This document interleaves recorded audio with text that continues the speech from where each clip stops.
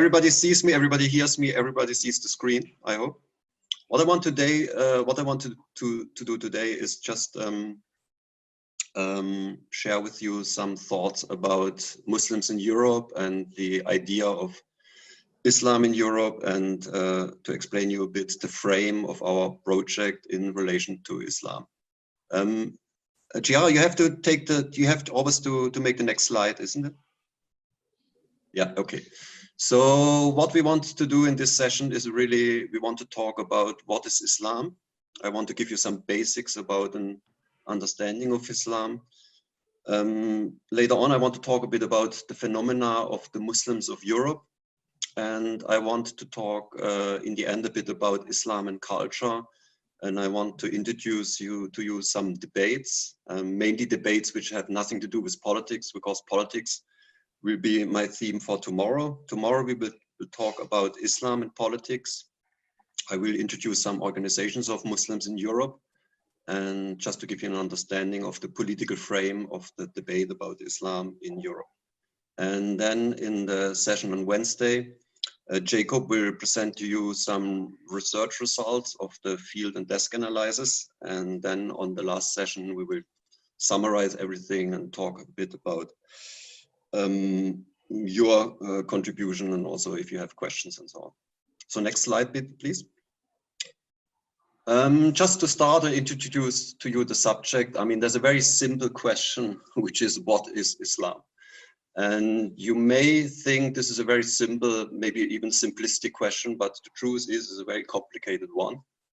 And if I give talks to Muslims or non-Muslims, it's very interesting that when I open the debate or the conversation, I sometimes ask youngsters, for instance, what is Islam? And you see as a response that people are looking and searching for words. I mean, they're not 100% sure what to say, which I think is very significant for our debate. So if you ask people for answers to this question, what is Islam? Usually they give you very different possibilities, let's say. One is, people may say, well, Islam is a religion. Other people, specifically when they are a bit more negative about Islam, they may say it's an ideology. Some more sophisticated thinkers may say it is a nomos, so they would use the Greek term nomos, which is basically a gestalt, a summarization of different things which have to do with social life, economic life, and political life. Some people may even say it's just a private life praxis, it's a private religion, it's a kind of a lifestyle. So what I want to introduce to you here is the whole question of terminology. So what is Islam is not an easy one to answer, and I will explain you a bit why. So next slide, please. There is a very, very, I would say, fundamental problem we are facing here, which I want to introduce to you here. And this is a concept of language, which is based in the works of a linguist called de Saussure. And he talks about so-called signifiers and signified. And so don't get confused. I want to explain to you a bit this concept. This concept explains why there are difficulties in speaking to one another, and misunderstandings are the rule rather than the exception. This is important when it comes to Islam, especially since Islam has its own terminology. So what is meant here is a very simple phenomena. Let's say you use the signifier Islam, and you have many things which are signified by the signifier Islam. So in my example before, let's say you say, what is Islam? So you use the signifier Islam, and people may have very, very different ideas what is the signified. So they may say religion, they may say ideology, etc. So that there's a very fundamental problem of language as such. So in our campaign, we will realize that lots of people will hear signifiers like Islam, or let's not take another one, Sharia and things like that. And all of them will be very, very much confused what is the signified, depending on their idea, on their concept of Islam, which is in their mind. So let's give you another example. So you may have a signifier like Islam, and people associate with it very kind of dark images. Let's say you have the Muslim terrorist who goes to a town and attacks people. And so people have a signifier because this is obviously Muslim. It may be Islam also involved. And the signified is an image of darkness and of terror, which is very deep in their, sometimes even in their unconsciousness. So let's say one of the political problems involved here is, for instance, the term Islamic terrorism, which of course we as Muslims reject. But this term Islamic terrorism plays with this signifier and the signified. So there's a signifier Islam, and the signified is by definition terrorism. So that, I think, indicates quite a bit the problem of language we are facing here. And I think in the campaign, we will see that in many examples, that Muslims or non-Muslims will have a difficulty with, no difficulties with the signifiers, because everybody understands Islam for a moment, but they will have a problem with the signified. So next slide, please. So of course, it may be useful for us to be aware, I mean, how is the Muslim perspective on Islam? So in other words, how would Muslims, let's say, which are a bit more qualified to talk about Islam, how would they define the term Islam? And there's a very, very famous way or technique to introduce the term Islam, which is in fact a three-dimensional issue. I mean, they would talk about Islam as a kind of practice. They would talk about Iman, which is a kind of theology. And they would talk about Ihsan, which is spirituality, in more or less in general terms. So I want to explain to you this idea what Islam really is from a Muslim perspective. And I will use a very, very famous narrative, a very famous story, where somebody explains what Islam really is from a Muslim perspective. And this story is about Prophet Muhammad, peace be upon him. So it's a very, very, of course, famous source of Islam. And it's interesting that the Prophet Muhammad, wasalam, himself explained the term Islam. And I think it's quite important that we know about the story. In fact, it's a long story, and I will shorten it quite a bit just to give you the most important statements about the definition of Islam from a Muslim perspective, in fact, by the words of the Prophet himself. So it's in fact, the story is basically framed by a situation where the Prophet is addressed by a man. He looks like quite a typical normal man. But in fact, it's hidden in this phenomena of this man is an angel called Jibril. So this is a very famous story about Islam. In fact, and this man asks the Prophet Muhammad, teach me about Islam. So he asked him about Islam to give him the answer what Islam really is. And the Prophet gives the famous answers. Then God's messenger, this is a quote now, blessings and peace of God on him, said about what is Islam. Now the quote, Islam is that you testify that there is no God except Allah, and that Muhammad is God's messenger, that you do the prayer, give to the poor a contribution, which is called zakat, that you fast in Ramadan and you go on pilgrimage to the house if you can. And the fifth pillar, which is now exclusively mentioned here, in fact, it is mentioned because you testify that there is no God except Allah, which is basically Shahada. So these are the famous 5 pillars of Islam. And then the story goes on because the man is asking the Prophet, tell me about Iman, which is here the second term we use, Iman. And again, the Prophet gives an answer where basically Iman is defined. He says, you should believe in God, in his angels, his books, his prophets, and in the last day, and in divine providence, which is called qadar in Arabic, be it good or bad.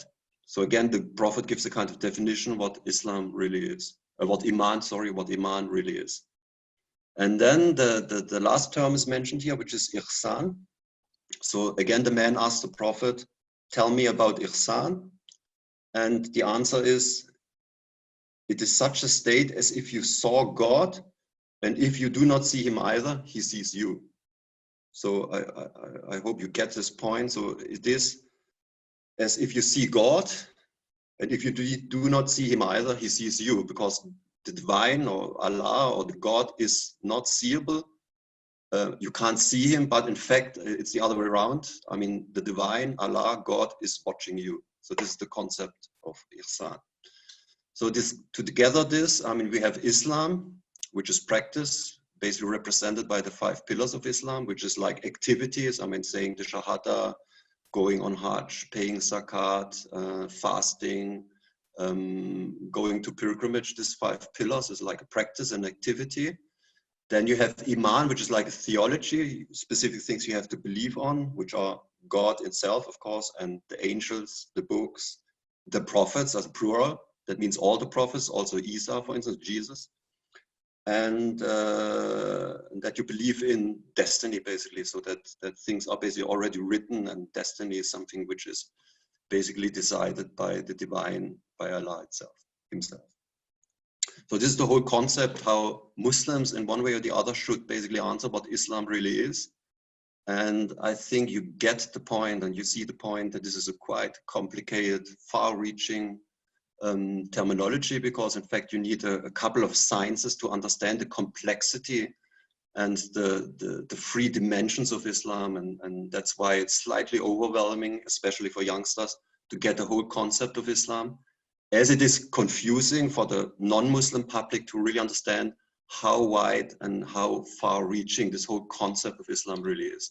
So it's not basically no wonder that people have some kind of a problem to answer quickly what Islam really is. Next slide, please.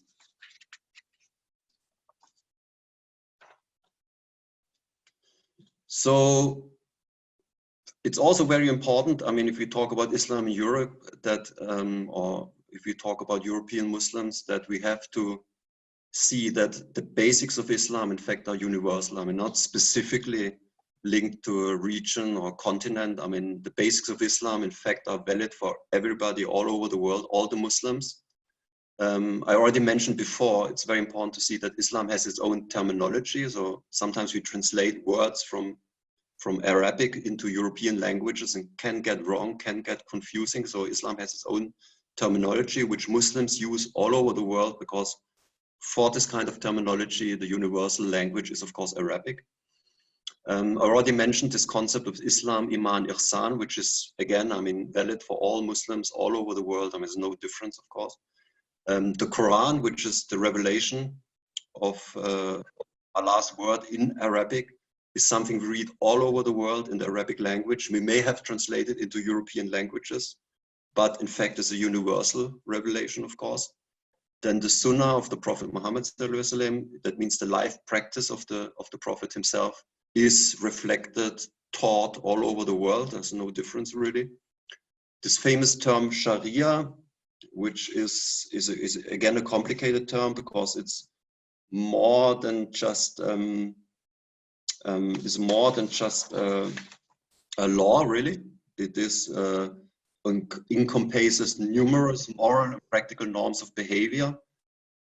It's often equated with Islamic law, but it's more comprehensive than just legal norms. So it's a more wider concept than just law. So sometimes people confuse this, twist that with Islamic law, which is, you know, again, a concept which is universal and deals with business law, family law, inheritance law, etc., and has been adapted to the current situation by law schools over the centuries. And there may be differences all over the world, but let's say the base of it, the Islamic law, again, is a universal concept. The last term I use here is a bit, again, it could be, I think we can't say this is really universal. The culture of Islam, or the culture of Muslims, I mean, again, you have very, very great differences all over the world, and up to the point that you can say Islam is not a universal culture, really. So Muslims can create, let's say, a European culture linked to Islam would be very, very different from, let's say, Americans or Asian people doing the same thing. So culture is a term, I will talk about it a bit later, which is, of course, very different. Next slide, please. So let's talk a bit about the European Muslims. I mean, as you know, we have millions of European Muslims all over the continent, but what is really, let's say, the substance of them? I mean, I would say there are 3 main groups of European Muslims. First of all, there are Muslims originally living in Europe. That means, I mean, people who are born in places like Bosnia or Al-Andalus or some parts of Russia. So they are born Muslims. They have always been Europeans. They have always been Muslims. The second group, a strange group, is the converted Muslims and people like myself, for instance, or Stefan, which in my own case, for instance, I converted to Islam 30 years ago, a long time ago. I was a Christian, I was a European, I mean, I was taught by my parents Christianity. I left Christianity inwardly at some point. So I was a kind of nihilist, not believing in anything. And so I converted to Islam. And this is now also not in terms of numbers, but in terms of significance, I think a very big and important group, the converted Muslims of Europe. And then we have, say, what I would say, I didn't find a very good term for it. Let's say the new European Muslims. I mean, people who may have immigrated at some point in history to Europe. Now we have the third, fourth generation here, for instance, in Germany and other places in Europe. So there are European Muslims from my point of view because they speak European languages. I think this is an important point. So in my concept of Muslims in Europe, I mean, you are European Muslim in my understanding if you speak a European language. In other words, it has nothing to do with your racial background. So now, of course, you could raise the first famous question. I mean, is there something like a European Islam, or are there just European Muslims? And I think you may get already the point from my words before and the slides before. I don't see there is a European Islam because Islam is universal. But I would argue, and it is a very important point, a significant point, there are, of course, European Muslims, and I will tell you in a couple of minutes a bit later what this is all about. So next slide, please. Okay, you may raise the question, okay, so that there are European Muslims, and can we somehow talk, or can we somehow define the identity of European Muslims? And I would use here, again, a triangle. It's like a three-dimensional phenomena. I think the identity of Muslims in Europe are based in three dimensions, really. First is, I mean, we as European Muslims, we are citizens of Europe. In other words, we have civil rights like everybody else has. We have civil duties like everybody has. So we are citizens, is, let's say, our legal term here in Europe. We are citizens as everybody else. My second point, very important point, again, is language. In other words, we speak one of the European languages. This is, of course, quite important. And there's a very famous Arab scholar called Sheikh Ibn al-Arabi.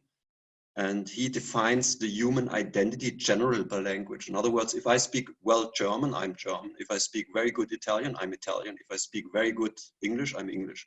In other words, I mean, we don't follow here any kind of racial concept. So it's not about your genes. In fact, it is about your language capacities. Then the third part of our identity is, of course, we are Muslims. We are practicing Muslims. Now, why I did here put in brackets the term paradox? I mean, it is a bit paradoxical because if you think about the life practice of Muslims, let's say we do the prayer, and of course the aim of the prayer is a spiritual experience. And if you go in depth in that spiritual experience, yeah, so you pray, yeah, you have a spiritual experience. I mean, of course, it has nothing to do with that you are citizens of Europe, that you speak a language, that you have a special kind of identity. In fact, to find unity with the divine, you give up your identity. So there's a paradoxical aspect of it. I mean, just to give you another example, like when I was a young man, I went to the pilgrimage, to the Hajj, to Mecca, and I was surrounding the Kaaba, you know, for several times. And of course, you don't have the experience of being a citizens of Europe, or it's not even about your language anymore. You're just one with everybody else, wherever they may come from. So it's an experience of unity. So there's a paradoxical element in this question of identity from a Muslim point of view. Just short, I mean, sometimes people, I mean, if they talk about Islam in Europe, they may say Islam does this, Islam does that, but in fact, I mean, Islam is not a subject of history. In fact, it isn't. It is really the Muslims of Europe who are acting here. Generally speaking, it is Muslims who are acting. Just to give you another example here, let's say you have a Muslim terrorist. I mean, is a Muslim acting as a terrorist, but the subject is he is acting as a Muslim individual. But it's not, of course, Islam acting here. So that's why the term, for instance, Islamic terrorism, for me, makes basically no sense. Next slide, please. I want to talk now a bit about, okay, what is this kind of encounter between Islam and Europe? And this is, of course, a very, very fascinating subject, in fact. I mean, you can have, I want to introduce just shortly three dimensions of this encounter between Muslims and Europe. First statement is Islam always been a part of Europe. I will just talk in a minute a bit about history and locations. And there always has been a relationship between Islam and the European culture. I want to give you later on one example, which is Weimar, the German town Weimar.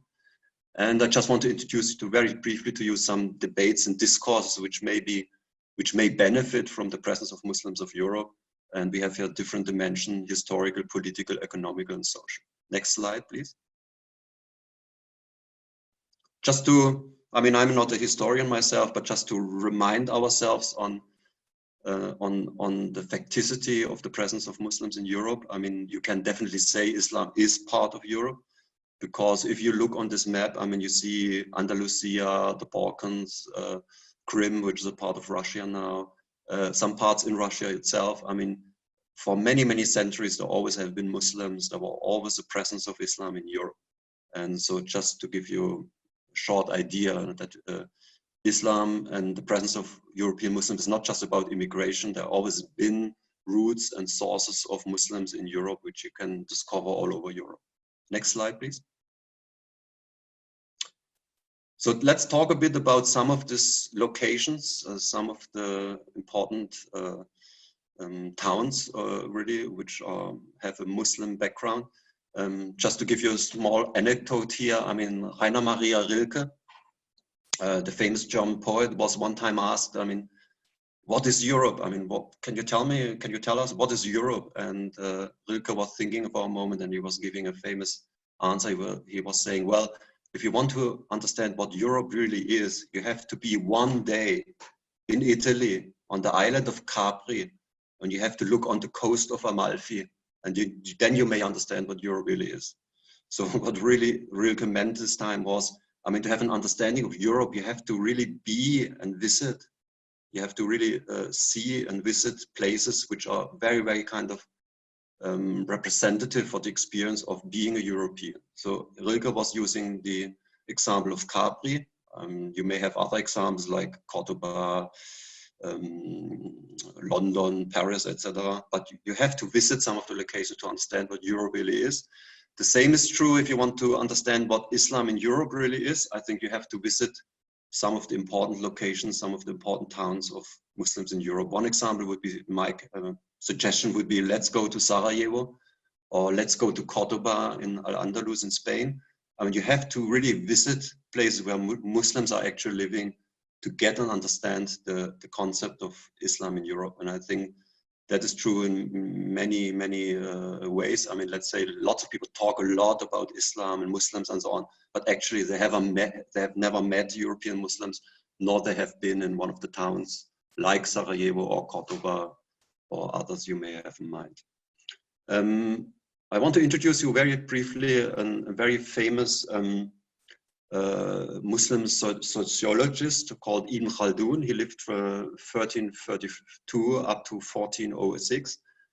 So he's an ancient scholar, but very famous, in fact, because he was one of the people who talked basically for the first time about something like sociology.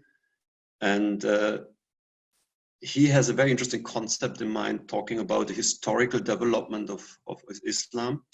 Because he basically argues, I mean, Islam is advanced cultures that arise in different places, but which also disintegrate again and again. So the idea of Ibn Khaldun was that progress, historical progress, is not like one line going up in terms of being progressive. It's rather, from a Muslim point of view, it's like an up and down.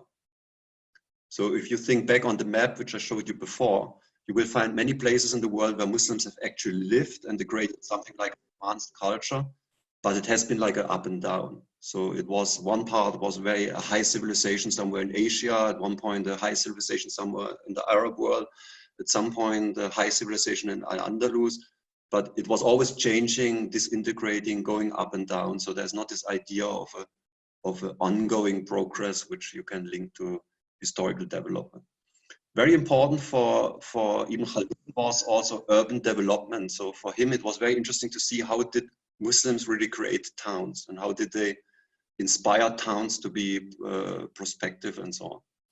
So for him, and I think also for many other Muslims, definitely also for myself, I mean, the idea of high civilization is linked to mosque, market, and foundation. Again, we have a triangle.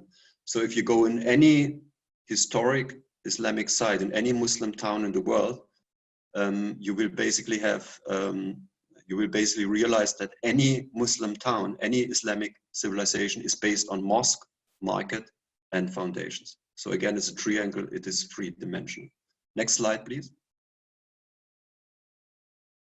In fact, and I want to raise that also, and I want to emphasize that, because as you know, I mean, if people talk about Islam today, I mean, it's always is a lot about politics, which is not fully justified in Islam as such, and the basics of Islam, because I just give you here one example, this idea of mosque and market, of the unity of mosque and market coming together, is a fundamental element of Islamic civilization, of Islamic practice also. And I want to advise all of you to read one book, for instance, if you're interested, about from an English scholar called Benedict Köhler. He wrote, for instance, a book about early Islam and the birth of capitalism, indicating that in the beginning of Islam, economics were very, very fundamental. In fact, far more important than Islam and politics. In fact, the reality of Islam in the first centuries, at least, was more about economics than it was about politics. Next slide.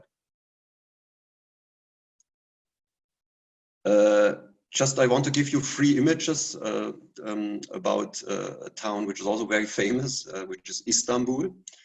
Just to explain you a bit this kind of concept I have in mind, to emphasize that Islam has a lot to do with social life, economical life, and not just about politics. So this is a famous picture of the market, the souk in Istanbul. If you have visited Istanbul, this is the place where lots of visitors are really fascinated, because it's just hundreds of small shops, I mean, thousands of people, all being together in harmony. Is a very kind of fascinating place in Istanbul. And this has to do with trade and commerce, but it has also to do, of course, with Islam, with the urban development of this town, Istanbul. Next slide. This is also an image of what is called the new modern Istanbul. So this is a place called Başakşehir here. It's one of these new urban developments in Istanbul. And you see something which I think is very significant, and it's worth to talk about it later on when we meet all together, which is the problem of infrastructure. So this is a very modern urban development. This could also be Paris, London, Berlin, wherever you want.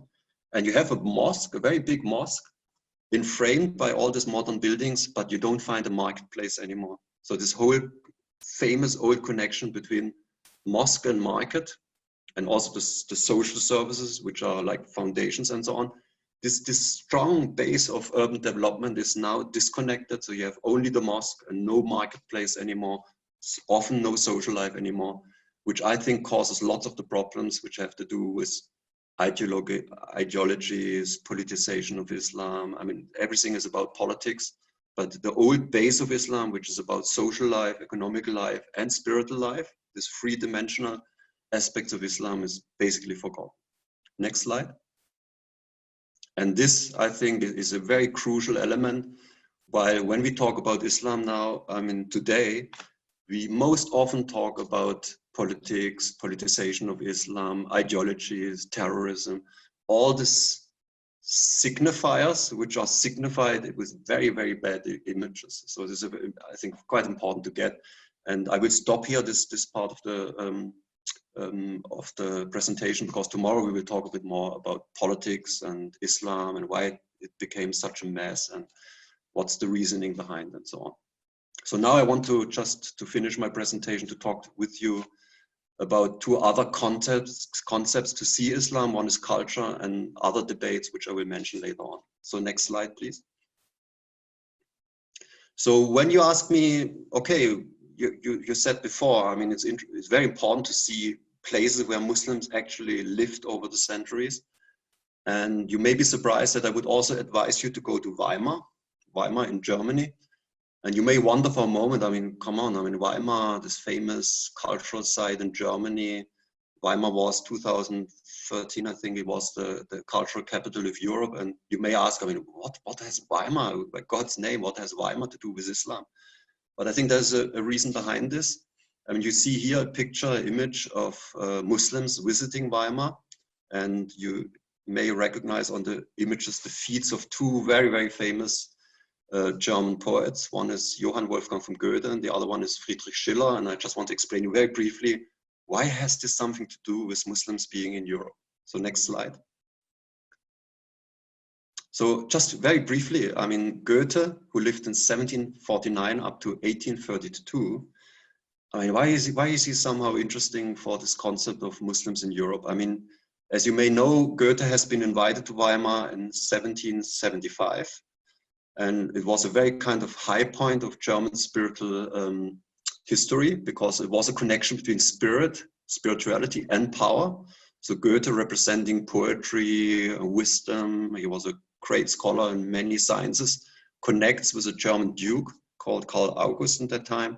And they create something together, which is, you know, known now as Weimar classics, and was really a high point of German thinking, of German spiritual thinking, and is very much represented by an alliance between Goethe and Schiller, a kind of friendship, which went on from 1789 up to 1805 in Weimar.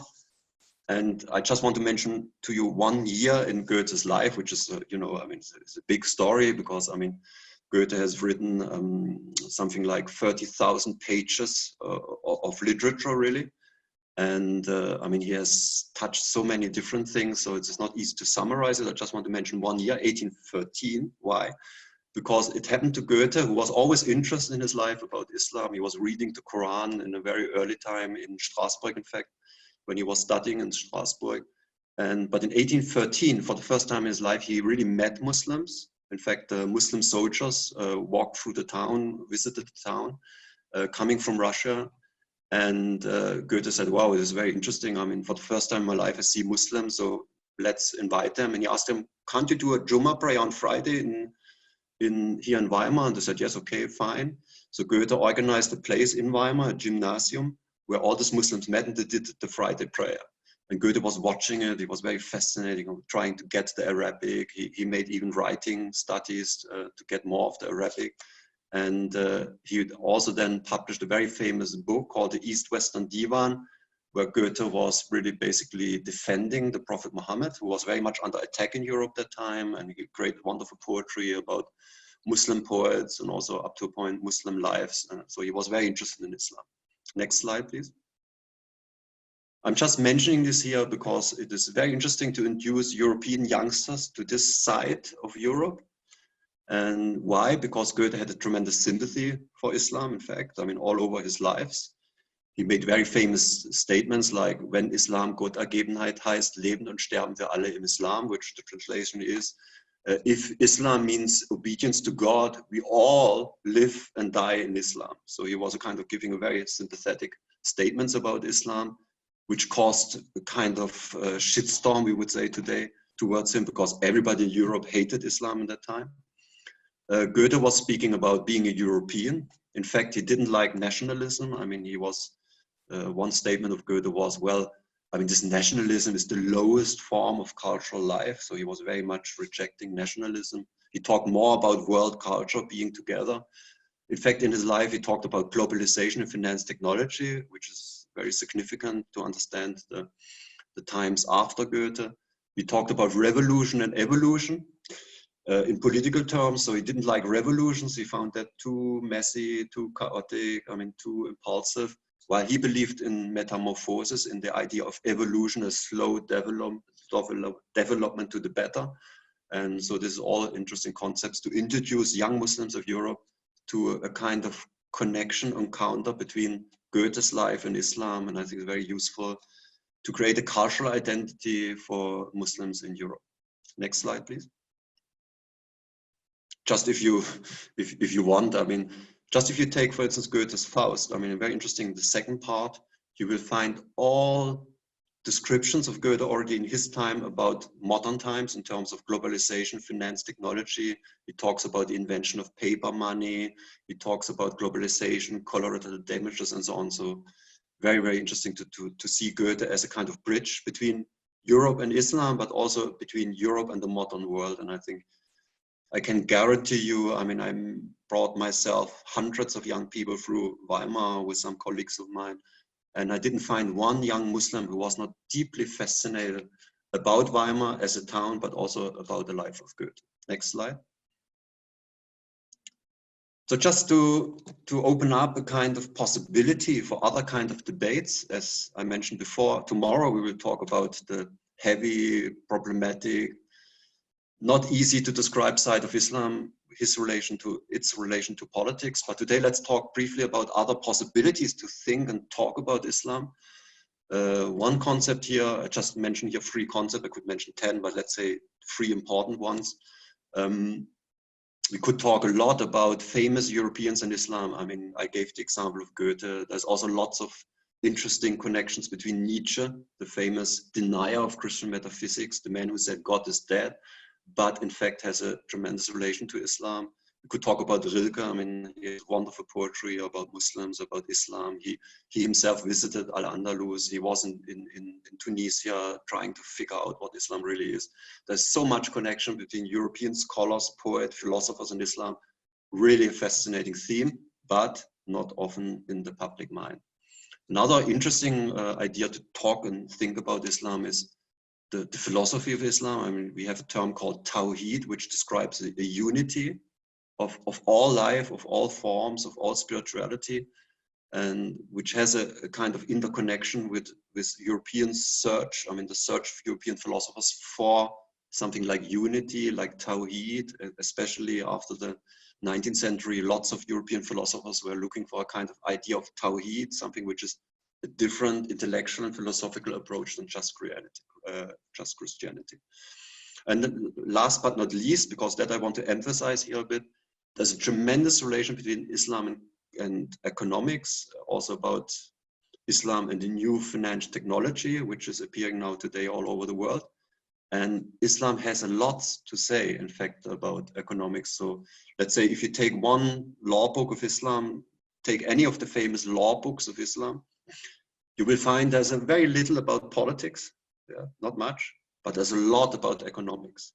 So there's always been a very strong emphasis of Muslims on the idea of economics, on the idea, for instance, of just trade, of a critique, a kind of critique on these new financial technologies which are dominating us today so much. So it's a completely forgotten side of Islam. I mean, everybody will talk about Islam and politics, but only very, very few people will talk about Islam and economics, but interesting. So let's be a bit provocative. I mean, you could say we always talk Islam as part of a problem. Yeah, this is let's say this is the dominating discourse about Islam. You have all these political ideas connected to Islam, but always present as a part of a problem. But let's be a bit provocative and let's be a bit more inspiring also. Could be maybe Islam also part of a solution. So completely other way to think about Islam. I mean, if you talk now about politics, majority of people, maybe even the majority of Muslims would say, well, yes, this is a part of a problem. But let's say if you talk about Islam economics, majority of Muslims, few people which are non-Muslims may see, oh, this could be also part of the solution. So I think that could be an interesting idea to introduce also new debates and other kind of debates to the public. Next slide, please.